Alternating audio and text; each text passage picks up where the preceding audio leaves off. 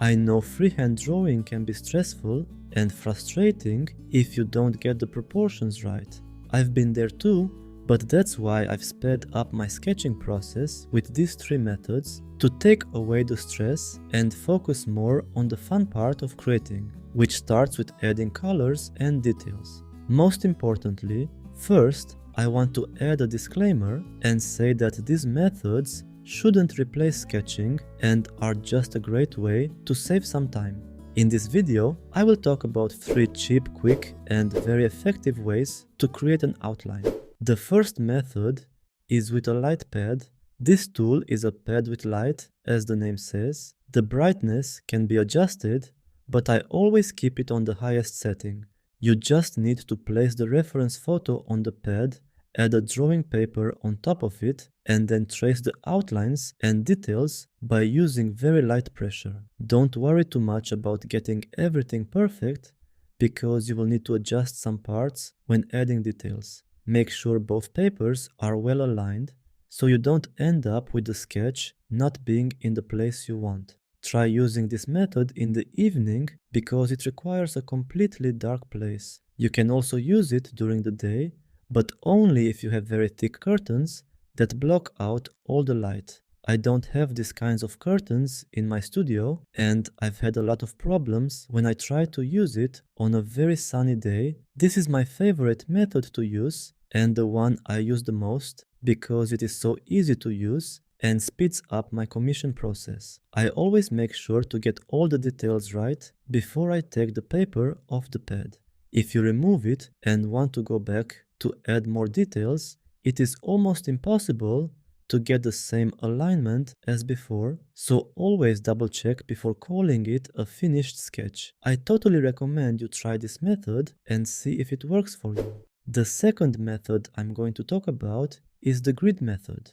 I'm sure you have heard of it before. This method requires a bit more work than the previous one because you have to erase all the grid lines in the end, but it's totally worth it, trust me. Before I bought a light pad, I used this method because all you need is a ruler and a pencil to create the grids. The light pad is not very expensive, but as a beginner artist, you are looking for very affordable options. If you don't know what this method is, let me explain. As the name says, you need to create a grid made of squares. This needs to be done on both the reference photo and the drawing paper.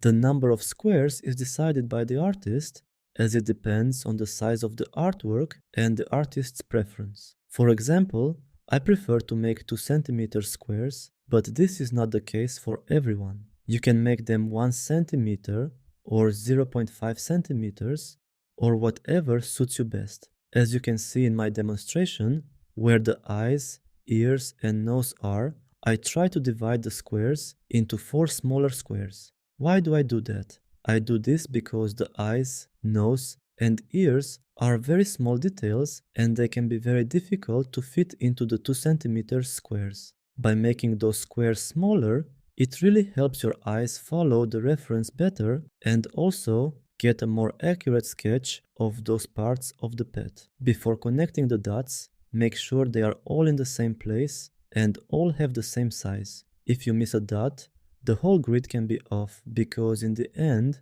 they all need to align for the grid to look right. It can be very time consuming to create a grid and very frustrating to start all over again. I've been there, and since then, I always double check the placement of the dots before connecting them. One tip I can give you about this method is to follow the negative space, so the contrast between the light and the dark, and try to focus on one square at a time. If you watch my demonstration, you can see me turning the reference photo around the place and placing it as close as possible to the square I'm working on at the moment. This can help speed up the drawing process because the squares on the reference photo are basically parallel to those on the paper, giving you a better overview of where the lines should be. I recommend trying it out and deciding later if it works for you or not, because you know that quote, you don't know until you try, right? The third and last method is tracing paper. Tracing paper is simply a sheet of paper covered with graphite on one side.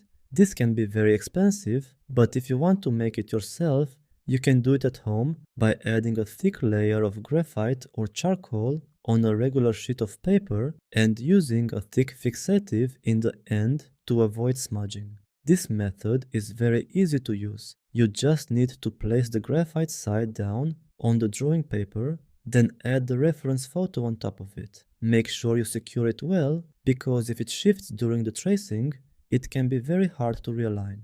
Another thing to keep in mind is to trace with very light pressure and don't press too hard or drag your hand too much over the tracing paper, because it can leave marks on the drawing and be very hard to clean up, giving you extra work. Take your time, don't rush, and make sure all the details and outlines are there before you remove it. I used this method as well when I started with pet portraits. It is very quick, it saves time, and it takes away the stress of getting the proportions right. Like the previous method, I recommend this one too if you are looking for ways to avoid freehand sketching. These were the 3 time-saving methods. You should give each a try and see what works best for you.